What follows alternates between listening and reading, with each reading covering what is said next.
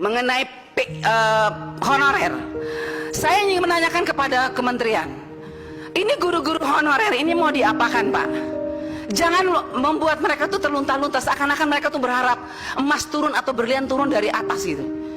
Ini pemerintah daerah, saya ingin ketekankan kepada Pak Menteri, pemerintah daerah ini tolong juga diberikan semacam ketegasan. Kalau saya tahu, saya dengar bahwa dari Kementerian Keuangan sudah mentransfer dana ke daerah berupa DAU, dan di situ ditulis dana dipergunakan sudah diperhitungkan untuk P3K. Katakanlah 51 miliar misalnya untuk Kabupaten Kupang, sekian miliar untuk provinsi.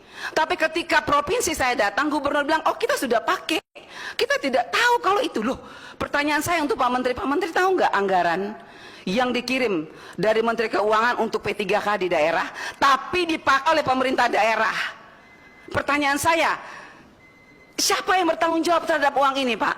Ini uang diperuntukkan untuk P3K, tapi dipakai oleh Pemda.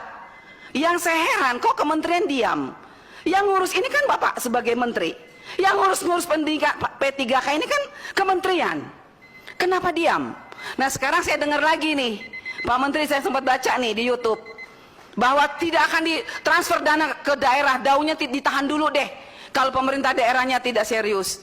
Itu dilakukan apa enggak, Pak?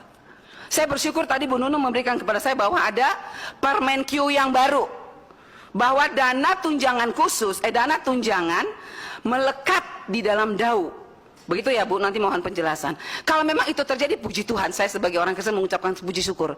Karena banyak air mata guru-guru yang masih belum selesai, Pak. Kalau memang tunjangan itu melekat di dana DAU, berarti katakan dong kepada rakyat, jelaskan.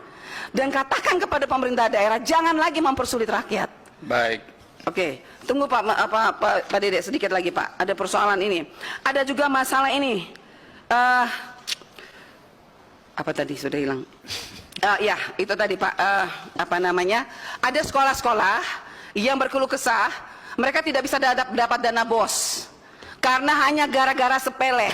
Mereka lupa menginput surat izin dana BOS. Tahun ini mereka bilang, ibu kami tidak dapat dana BOS, bagaimana kami? Mohon Pak, banyak itu. Terus yang terakhir, kita lihat kemarin ada seorang bocah asli dari Nusa Tenggara Timur, Nono, bocah cerdas, brilian, dia menang matematika secara internasional, mendunia. Ya, saya rasa inilah kebanggaan kita, walaupun kita daerah terpencil, tapi NTT bisa mengharumkan nama bangsa di tingkat dunia. Pertanyaan saya, apa yang dilakukan oleh Pak Menteri untuk anak ini?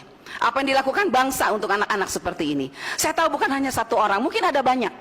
Jadi saya minta kementerian untuk anak-anak yang brilian seperti Nono, yang berasal dari Nusa Tenggara Timur, tolong diberikan tempat untuk mereka, dididik setinggi-tingginya.